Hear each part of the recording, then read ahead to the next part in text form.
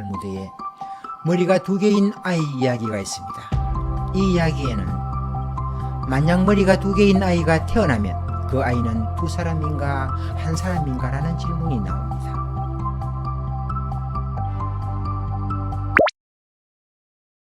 짧은 기간 동안에 국민의 의식이나 생각이 너무 많이 바뀌었습니다.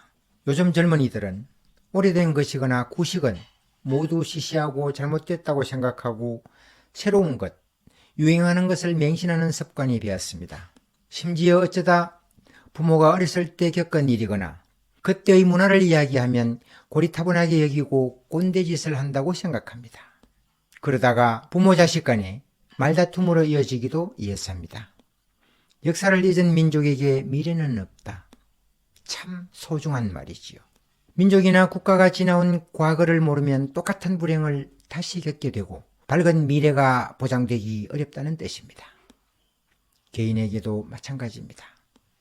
가정에도 조상 때부터 살아온 역사가 있습니다. 족보와 가첩, 가훈 등은 조상의 흔적과 가정의 정체성을 담고 있다고 볼 수 있습니다. 거기에는 눈부시게 빛나는 공적도 있을 수 있고 가난과 시련을 견디는 고난의 아픔도 있겠지요. 몇 년 살아보지도 않은 자식들이 그런 조상이나 부모가 살아온 얘기를 터부시하고 꼰대로 치부한다면 과연 그 자식들의 정신세계에 무엇이 자리 잡게 될까요? 이야기를 즐겨하는 유대인 부모들은 아이들에게 이야기를 들려주고 그 속에서 아이 스스로 교훈을 얻어내도록 유도합니다. 잘 알고 있는 탈무드는 1만 2천여 쪽에 달하는 방대한 이야기책입니다. 탈무드에 머리가 두 개인 아이 이야기가 있습니다.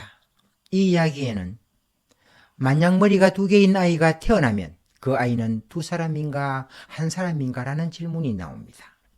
여기에 대해서 아이들은 갖가지 대답하면서 사고력을 길러갑니다. 만약 한쪽 무리에 뜨거운 물을 부었을 때 둘 다 비명을 지르면 한 사람이고 한 사람만 비명을 지르면 두 사람이다. 물론 이 이야기를 어른들이 한 가지로 국한해서 가르치지는 않겠지만 랍비는 대체로 다음과 같이 가르친다고 합니다.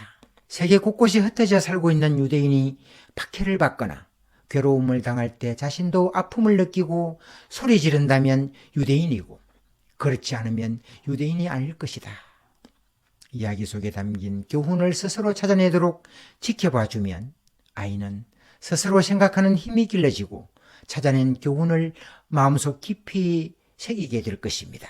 요즘도 이스라엘과 팔레스타인 간 전쟁으로 수많은 피난민이 생사를 다투고 있습니다마는 1973년 이집트와 시리아가 수에즈 운하와 골란 고원 양쪽에서 이스라엘을 공격한 적이 있습니다. 제4차 중동전쟁의 시작이었습니다.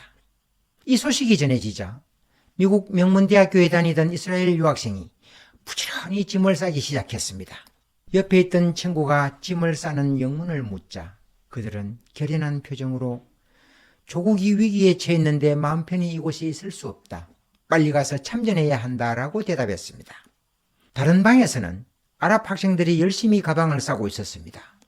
너도 참전하러 가느냐 하고 물었더니 그 학생은 우리나라에서 전쟁이 터져 곧 징집 영장이 날아올 테니 그걸 피하기 위해 이곳을 떠나야 하네 라고 했습니다.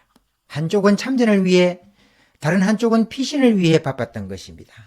3년 전이지요.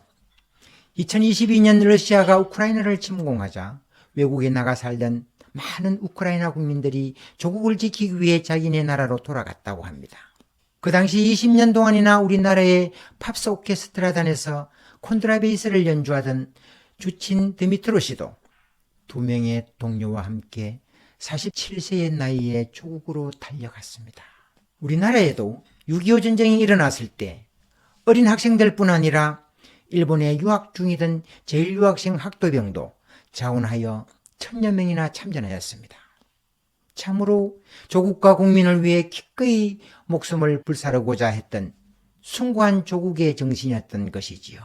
그로부터 75년이 지난 지금 훨씬 좋은 환경에서 양질의 교육을 받고 있는 젊은이들은 과연 국가에 어떤 생각을 하고 있을까요?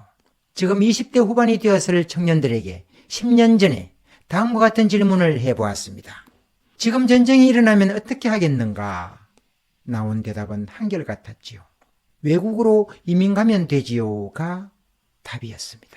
몇 달 전 강의에서 언급한 적이 있습니다만 영국 총리를 20여 명 배출해온 명문학교 이턴스쿨 학생들은 약자를 위해, 시민을 위해, 나라를 위해라는 교훈을 항상 마음에 새기면서 공부보다 자긍심과 국가관, 사명감을 앞세우며 학교 생활을 합니다. 이야기 속에서 스스로 교훈을 찾아내는 교육, 공부보다 국가관을 소중하게 생각하는 엘리트 교육이 있어야 나라가 위태로울 때 조국과 민족을 위해 흔연히 목숨을 던질 수 있는 동량이 나타나지 않을까요? 다음 주에 뵙겠습니다.